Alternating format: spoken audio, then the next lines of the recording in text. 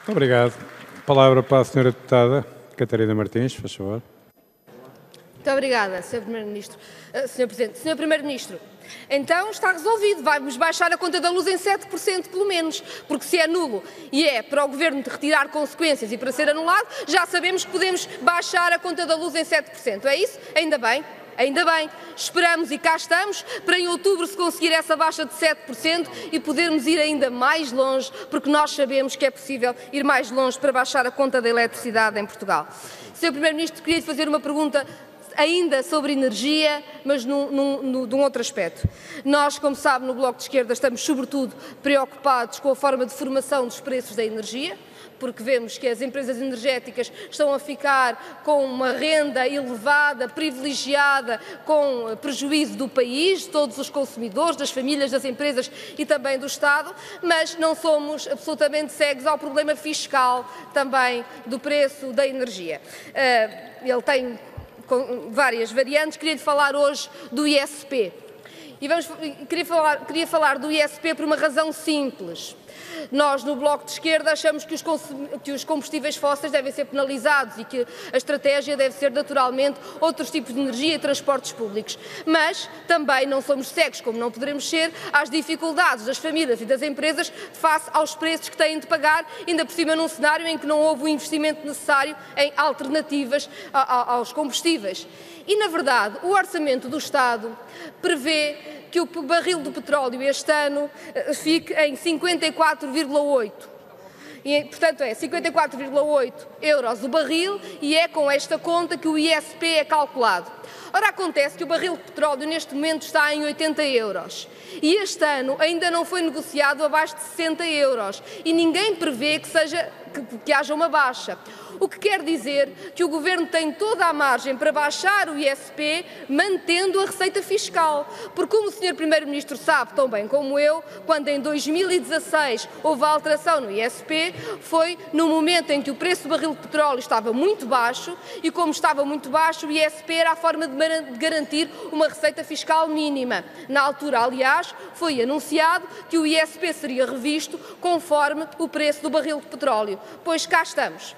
Este ano parece-nos isso já claro. Estamos no final de maio, o Orçamento de Estado previa o barril a 54,8, o barril nunca esteve abaixo de 60, está em 80. Julgamos, portanto, e com isto termino, Sr. Presidente, que está na altura do Governo fazer o que tinha dito que ia fazer, rever o ISP e conseguir a neutralidade fiscal que foi prometida. Tem a palavra o Sr. Primeiro-Ministro António Costa para responder, faz favor. Muito obrigado, Sr. Presidente. Muito obrigado, Sra. Deputada Catarina Martins. Quanto à primeira parte, convém não se precipitar, porque não foi isso que eu disse. Num Estado de Direito, aos governos cumpre obedecer à lei, obedecer aos regulamentos, obedecer aos contratos. Num Estado de Direito, as autoridades judiciárias devem retirar conclusões e ilações das suas próprias conclusões. Se o Ministério Público, que tutela o cumprimento da legalidade, conclui que um determinado contrato é nulo, eu diria mesmo que tem mesmo não só o poder, como diria mesmo o poder-dever de promover a declaração da sua nulidade pelos meios próprios, que são os meios judiciais. Quanto à segunda parte da questão, convém recordar que a carga fiscal sobre o gasóleo, desde que este Governo iniciou funções, baixou de 59,6% para 57,2%.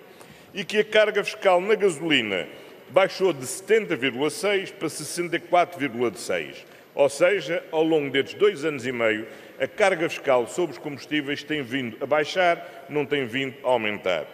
A variação do preço não tem a ver com alterações fiscais, tem a ver com a cotação internacional dos produtos petrolíferos, que esse sim subiu de 35,7% para 41% no gasóleo e de 28,5% para 33,4% no caso da gasolina.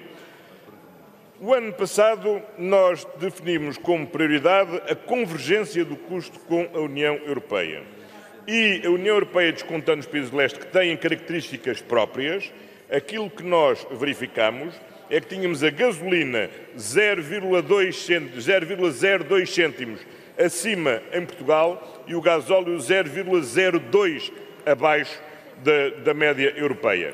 Este é um esforço muito grande, porque quando iniciámos funções, a divergência era de mais 0,5, mais 0,05 e mais 0,05, e, portanto, a convergência para a média europeia é aquilo que assegura a neutralidade essencial do ponto de vista da competitividade.